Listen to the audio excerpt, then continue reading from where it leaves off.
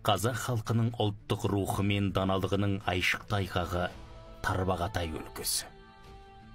Толағай ойды тоғыстырып, саңғылақ сананың сәулесімен туған өлкенің кесек келбетіне көз жіберсек, ел аңсаған арман, күткен үкілі үміт, қойын толы қуаныш бар ағайын. Тарбағатай ауданында мемлекет басшысы Қасым-Жомарт Кемелұлының жолдауларында көрсетілген негізгі бағыттар аясында аудан халқының әл-ауқатын арттыру мақсатында тиісті жұмыстар атқарылуда. Киелі Тарбағатай елінің зор мақтаныштарының бірі шағаласы қалқыған, айдыны шалқыған Зайсан көлінің тайдай тулаған балығы барда ата-баба кәсібі үзілмейді. Зайсан көлінің ақ сазаны мен көксеркесі, бекіресі мен шортаны, ақ балық пен ақ қайраны ежелден елге әйгілі. Көлді жағалай қоныстанып, осы саладан несібесін айырып отырған балықшы ауылдардың ауданымыздың өңдеу өнеркәсібіне, әлеуметтік экономикалық дамуына қосып отырған үлесі зор. Биылғы жылдың 7 айында ауданымызда жалпы өндіріс көлемі 1,3 миллиард теңгеге жетіп, өсу қарқыны өткен жылдың тиісті кезеңімен салыстырғанда 11,3%-ға өсті. Ауданымызда 4 түлік мал басының да өсімі байқалуда. Шағын және орта бизнесті дамыту экономикалық өрлеудің және әлеуметтік саяси жаңғырудың басты құралы. Биылғы жылы 9 жобаға қайтарымсыз грант берілсе, жастардың кәсіпкерлігін қолдау бойынша 22 жоба мақұлданып, оның 16 жобасы несиелендірілді.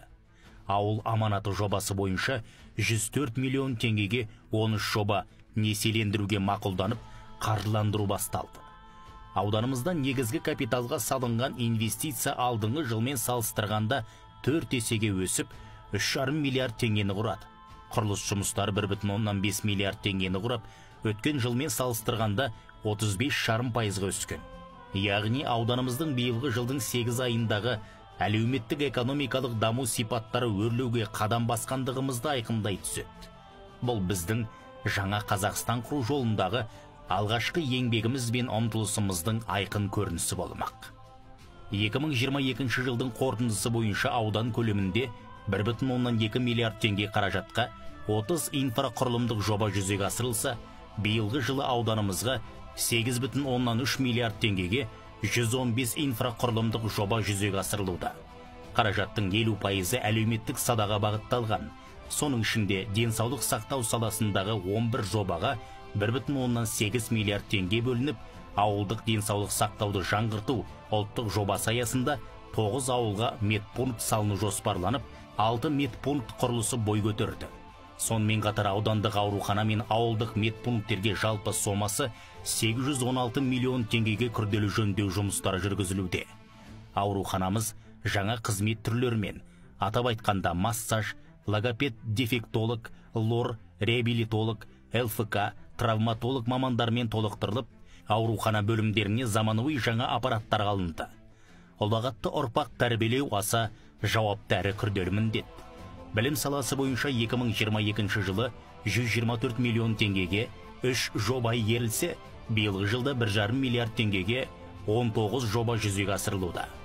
Шеңгелді ауылына 100 орындық жаңа мектеп құрылысы салынып, биылғы жылы пайдалануға берілмек.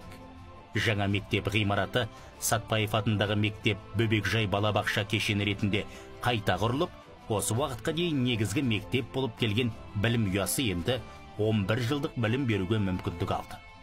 Сонымен қатар биыл 6 білім беру мекемесінің ғимаратына жөндеу жұмыстары жүргізіліп, бірнеше мектептің материалдық техникалық базалары жаңартылды. Жаңа модификациялық кабинеттер жабдықталды. Мәжіліс депутаты Сайыров Ерлан Беахметұлының қолдауымен Қазақстан халқына қоғамдық қор арқылы бірқатар жобалар жүзеге асырылуда.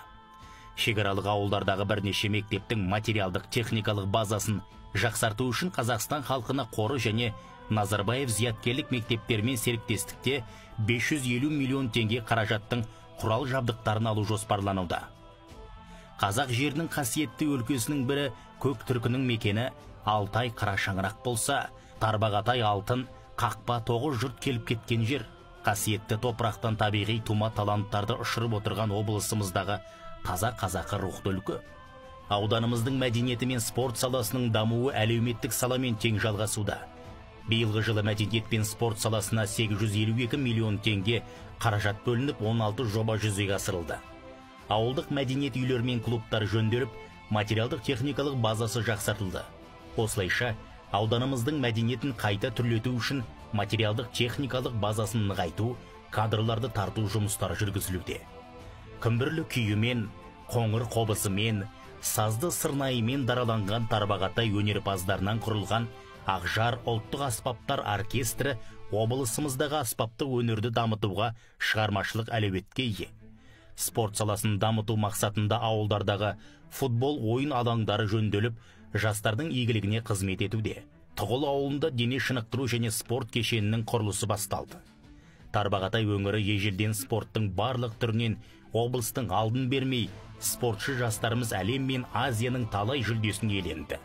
Ауданымыздан 11 әлем чемпионы, 30-ға жуық Азия чемпионы шығып, еліміздің намысын әлемдік додаларда абыроймен қорғады. Қайта түлеген Тарбағатайымызда туған жеріне әрқашан тағзым етуді ұмытпайтын ақ сұңқар азаматтарымыз да аз емес. Меценат азаматтар Қарасу ауылына 70 орындық балабақша құрылысын бастаса, Маңырақ ауылына спорт кешенін сыйға тартты. Ақжар ауылындағы көп қабатты үйдің ауласын толығымен абаттандырып, стрит воркаут салынса, Жетарал ауылына да футбол ойын алаңын сыйлады.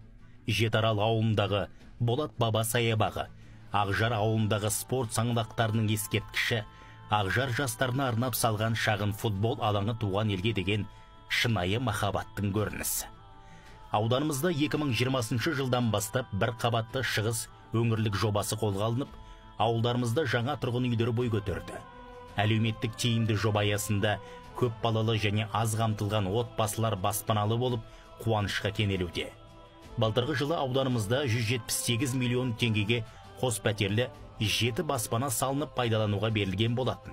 Ал биылғы жылы жалпы құны 418 миллион теңгені құрайтын 27 баспананың құрылысы жүргізілуде. Тұрғын үй қорынан жалға берілетін бұл баспаналар тұрғын үй кезегінде тұрған азаматтарға, атап айтқанда көп балалы аналар мен мүмкіндігі шектеулі тұлғаларға кезекпен берілуде. Ауыл тұрғындарының хал ахуалын арттыру үшін ең алдымен жол инфрақұрылымын жақсарту керектігі анық. Сондықтан биылғы жылы аудандық маңыздағы ауылдық округ орталықтарын жалғайтын негізгі жолдар 100% асфальт жолмен қамтылды. Жолдарды жөндеу жұмыстарын кезең-кезеңмен жүзеге асыру нәтижесінде биылғы жылы аудан көлемінде 2,3 миллиард теңге қаражатқа 11 жоба жүзеге асырылуда. Нәтижесінде 2025 жылдың соңына дейін аудандық маңыздағы автокөлік жолдардың басым үлесі қанағаттанарлық жағдайға жетеді деген жоспардамыз. Тұрғындарды таза ауыз сумен қамтамасыз ету мақсатында 3 жылдық жоспар жасалған болатын. Орталықтандырылған су жүйесін тұрғын үйлерге кіргізу және көше колонкаларын орнату арқылы 2025 жылға дейін аудан тұрғындарын 100% толық таза ауыз сумен қамтамасыз ету жоспарын іске асыру мақсатында ағымдағы жылы 1,2 миллиард теңге қаражат бөлініп, 8 жоба жүзеге асырылуда. Ауылдардың шырайын шұғылалы етіп, көркін ашатын, келбетін келістетіп, әрін арттыру жұмыстары жүйелі түрде жүргізіліп келеді. Атап айтқанда биылғы жылы 264 миллион теңге қаражат жұмсалып, 42 жоба аясында су бұрқақтар, балалардың ойын және футбол алаңдары салынып, 16 ауылда 19 көше жарықтандырылды. Осылайша биылғы жылы аудан орталығын 100% көше жарығымен қамтамасыз етіп, 2025 жылға дейін ауылдық округ орталықтарын, ал 2026 жылы барлық ауылдарды толық жарықтандыратын боламыз. Тарбағатай тарихы терең, тағылымға толы киелі өлке. Сол тарихтан нәр алып, өткенімізді өзектен өткізе отырып, жаңа Қазақстан құру қарсаңында аудан статусын қайта алған аймақты қайта түлету үшін кешенді шаралар атқарылуда. Бүгінгі Тарбағатайдың толған көңілі, толағай өмірі, гүлденген өңірі әрбір адамның тірлігіне толғау болып, тұрмыс сәні тіршілік мәніне айналды. Батырлардың бесігі берекелі Барқытбел, тұғыры биік Тарбағатайым.